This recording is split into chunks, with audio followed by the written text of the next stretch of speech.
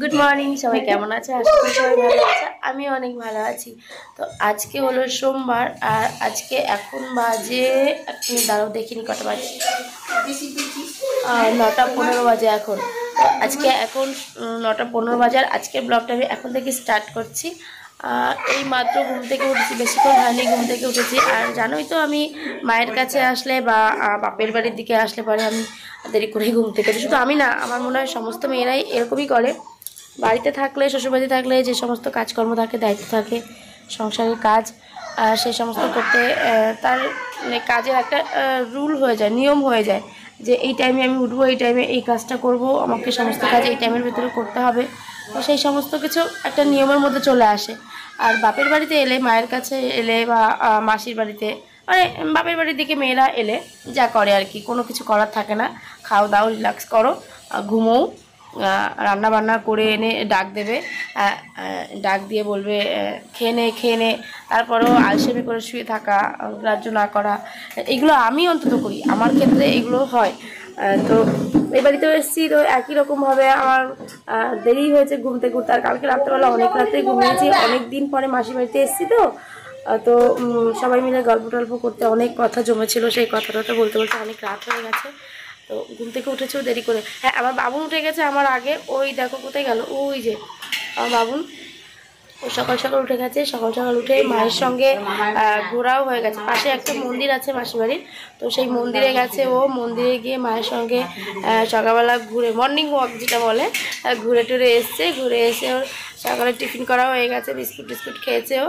আর আমি এখনও চা বিস্কুট কিছুই খাইনি। এমনিতেই আমি বাড়িতে চা খাই না, কিন্তু এই বাড়িতে 3 বেলায় চা, শুধু 3 বেলা না, 3 বেলার বদলে 4 টাইম 5 টাইমও চা হয়। এরা চা খেতে ভীষণ পাগল, চায়ের নেশা প্রচণ্ড। তো সকালবেলা চা তো করেছে, তো আমার জন্যও চা করে রেখেছে। বলছে চা করা আছে, চা করে চা নিয়ে খেয়ে নাও, তাহলে চাটা নষ্ট হবে। তো যাই হোক, তো চলো চাটা নিয়ে আসি। চা নিয়ে আসি। কি ওটা কি? ওই দেখো, দেখেছো, মামা আর ভাগ্নে মিলে এখন যুদ্ধ শুরু করেছে। ওই দেখো, ওই দেখো, এরকমই করে। তো চলো চাটা নিয়ে নিই আগে। এই দেখো চা নিয়ে চলে এসেছি, আর এই বসলাম। বিস্কুট আনতে ভুলে গেছিলাম, তো মা বিস্কুট দিয়ে গেল। তো বন্ধুরা, এই দেখো চা খেতে খেতে গল্প করছিলাম মাসির সঙ্গে। মাসি সিঁড়িঘরের ওখানে দাঁড়িয়েছিল। আর আমার ভাই দেখো, ও সবসময় আমার পেছনে লাগে এরকম করে, যেরকম ছোটোবেলায় লাগতো। আমরা দুজনে যেরকম ছোটোবেলায় ঝগড়াঝাটি, অশান্তি আর মারামারি করতাম, এখনও সেই লেভেলের মারামারি, ঝগড়া, অশান্তি করি। এখন মারামারিটা কমে গেছে, কিন্তু পেছনে লাগে। আমার ভাই এখনও আমার পেছনে লাগে, এখনও দুষ্টুমি করে। এরপর দেখো মা রান্নার জোগাড় করছিল দুপুরের। তো মায়ের সঙ্গে একটু হাতে হাতে কাজ করে দিচ্ছিলাম। কাজও করা হচ্ছিল আর গল্পও করা হচ্ছিল মা মেয়েতে মিলে। কারণ বাড়িতে এখন কেউ নেই, এই সময়তে বাড়িতে থাকে না। ভাই গেছে বাজারে ভাগ্নেকে নিয়ে, মানে বাবুনকে নিয়ে ভাই বাজারে গেছে। আর মাসি গেছে মাসির কাজে। মাসি ফিজিওথেরাপি করে, তো একটা পেশেন্ট এই টাইমে আসে, তো তাকে উনি ফিজিওথেরাপি করাতে গেছে। আর এখন মা বাড়িতে, আর আমি এসেছি তাই। তো মা রান্নার কাজ করছে, তো আমি একটু মায়ের সঙ্গে সঙ্গে একটু হেল্প করে দিচ্ছি। রসুন পেঁয়াজ এগুলো কুটে দিচ্ছি। মায়ের সঙ্গে গল্পও করা হয়ে যাবে, আর মায়ের কাজে হাতে হাতে মার কাজও একটু করে দেওয়া হয়ে যাবে, এই আর কি। তো বন্ধুরা, এই দেখো আমার বাবুন বাজার থেকে চলে এসেছে। মামার সঙ্গে বাজারে গেছিলো, আর বাজার থেকে দেখো কি গাড়ি নিয়ে চলে এসেছে, দেখেছো? ওর বায়নার আর শেষ নেই। দেখো বাজারে গেছে মামার সঙ্গে, গাড়ি দেখে পাগল হয়ে গেছে নাকি, আর গাড়ি নিয়ে চলে এসেছে। গাড়ি নাকি ওকে দিতেই হবে। ভাই বললো দোকান থেকে আসবে না তোর ছেলে, সেই দোকানের মধ্যেই চিল্লামিল্লি করা শুরু করে দিয়েছে। এরকমই করে, ভীষণ জেদ। আলু নাই,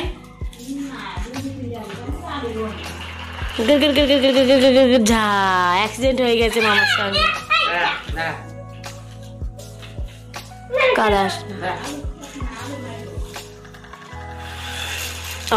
তুই মিস্ত্রি ওই দেখাচ্ছিস, এবার ওগুলোই দেখা, হ্যাঁ ভেঙে যাচ্ছে। আর এই দেখো দুপুরে রান্নাবান্না হয়ে গেছে। তো আজকে মাংস হয়েছিল, আর বাবুনের লেগ পিস দেখো, থালাতে লেগ পিস আর মাংসর আলু, একটু সামান্য পরিমাণ একটু ঝোল নিয়েছি মাংস, তাই নিয়ে বাবুনকে খাওয়ানোর চেষ্টা। দেখো খাবে না, দুষ্টুমি করবে, দেখো চিল্লামিল্লি শুরু করে দিয়েছে। তো ওকে ঝটপট করে খাইয়ে নিই, তারপর আবার পরে কথা বল। এই দেখো বন্ধুরা, দুপুরে খাওয়া দাওয়া করে দেখো মামা ভাগ্নেতে ঘুম দিচ্ছে। বাবুন এখনও একটু জেগে আছে, পিটপিট করে ঘাপটি মেরে শুয়ে আছে, কিন্তু মামা ঘুমোচ্ছে। আর সোয়েটার পরেছি তার কারণ আজকে একটু ঝড় বৃষ্টি হয়েছিল। ঝড় ঠিক হয়নি, খুব হালকা হাওয়া দিয়েছে, আর একটু বৃষ্টি হয়েছে বলে একটু ঠান্ডা ঠান্ডা ওয়েদার ছিল বলে বাবুনকে সোয়েটারটা পরিয়ে দিয়েছি। এই দেখো বন্ধুরা, এখন চলে এসেছি মাসির ফিজিওথেরাপি চেম্বারে। তো এই দেখো, এই পাশে আছে মেশিনপত্র, এই যে ফিজিওথেরাপি করার মেশিনপত্র। এখন ভাই বসে আছে। এই পাশেও একটা বেড আছে, যখন পেশেন্ট বেশি হয় ও পাশে একজনকে করানো হয়, আর এই পাশেও একটা বেড আছে, এই পাশেও আরেকজনকে করানো হয়। আর এদিকে পর্দা দেওয়া, এই দিক দিয়ে বেরোতে হয়। আর সামনে ওই যে রাস্তা, ঠিক আছে, ওই হলো সামনে রাস্তা। এই দেখো, তো আমি কালকেও এসেছিলাম, কালকে এসে কালকেও ফিজিওথেরাপি করে গেছি, কালকেও।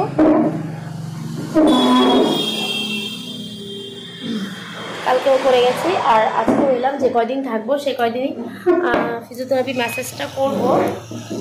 ব্যাক পেনটা যাতে একটু কমে, সমস্যাটা না হয়, প্রচণ্ড পরিমাণে সমস্যা হয়। তো বাড়িতে কাজকর্ম করতে গেলে প্রচণ্ড সমস্যা হয় পড়ে যাওয়ার পর থেকে।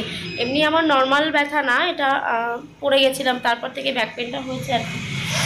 তো মাসি গেছে আমার ছেলেকে নিয়ে খাবার কিনতে দোকানে। আমার ছেলেও এসছে, নিয়ে এসেই শুরু করেছে আমি কাঠবিড়ি খাবো, আমি এটা খাবো, আমি ওটা খাবো। তো মাসি গেছে নাতিকে নিয়ে দোকানে খাবার খাওয়াতে।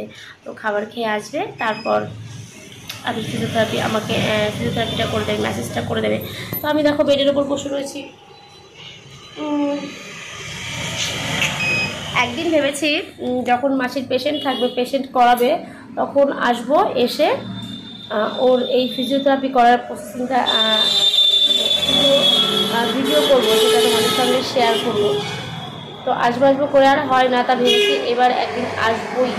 এসছি যখন, তখন সময় নিয়ে একটু আসবো। এসে কী বলতো, এখানে এসে না বসে থাকতে অধৈর্য লাগে আমার, এইটুকু মানে এইখানটা বসে থাকতে ভীষণ অধৈর্য লাগে।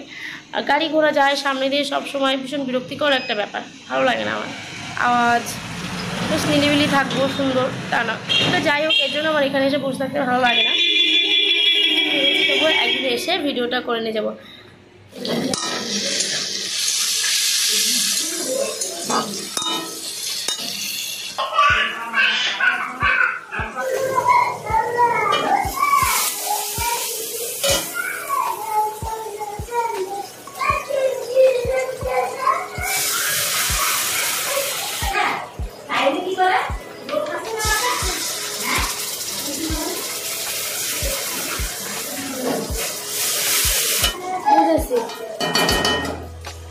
এই দেখো বন্ধুরা, এখন এই যে বাড়িতে এসে এখন একটু পাস্তা রান্না করছি। ভাই বললো পাস্তা খাবে, তো ও বললো একটু পাস্তা রান্না করে দে।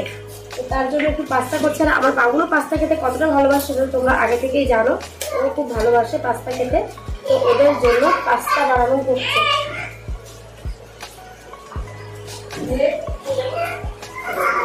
দোকান থেকে চলে এসেছি, চলে এসে তারপরে এখন পাস্তাটা বানাচ্ছি। তো এই দেখো আমার পাস্তা হয়ে গেছে। পাস্তা এখন নামিয়ে নিই। তো এই দেখো বন্ধুরা, পাস্তা একদম রেডি, আর কালারটা দেখো জাস্ট ওয়াও। আর আমি এইভাবেই পাস্তাটা করি, কারণ আমার বাবু এইভাবে খেতে খুব ভালোবাসে। এরকম করে পাস্তাটা করলে একটা ক্রিমি ভাব থাকে, চাউমিনের মতো করে আমি একদমই করি না। আর এই যে দেখো আমার বাবুনকে দিয়ে দিয়েছি, তো আমার বাবুন খাচ্ছে। দেখো আমার বাবুন খেয়ে কি বলে। ইয়ামি হয়েছে, টেস্টিং বলো, কেমন টেস্টিং হয়েছে বাবা? টেস্টিং। আর এই দেখো বন্ধুরা, বাবুনের সঙ্গে সঙ্গে আমার মাকেও পাস্তা দিয়ে দিয়েছিলাম। তো নাতিকে নিয়ে আমার মা পাস্তা খাচ্ছে। তো বন্ধুরা, আজকের ভিডিওটা এখানেই শেষ করবো, দেখা হবে পরের ভিডিওতে। আজকের ভিডিওটা কেমন লেগেছে অবশ্যই কমেন্ট করে জানাবে, ভালো লাগলে একটা লাইক করবে। সবাই ভালো থেকো, সুস্থ থেকো।